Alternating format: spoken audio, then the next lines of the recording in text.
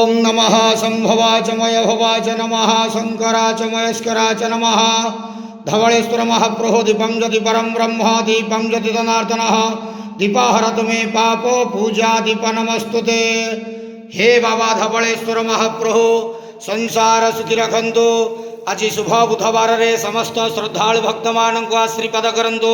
समस्त श्रद्धालु भक्त मानकर मनस्कामना पूर्ण करंतु। कर्म क्षेत्र उन्नति करंतु। ग्रहरिष्ट मान खंडन करंतु। जगतर मंगल करंतु। विश्वर कल्याण करंतु। आपणकर नाम प्रकाश करंतु। सेवकर डाक श्रवण करंतु। समस्त गुआवसा भक्त मानकर मनस्कामना पूर्ण करंतु। हे बाबा धवळेश्वराय नमो नमः। संसार सुखी रखंतु आनंद गवार हरि बोलो। आज शुभ बुधवार रे समस्त श्रद्धालु भक्त मान को आशीर्वाद करंतु आनंद गवार हरि बोलो।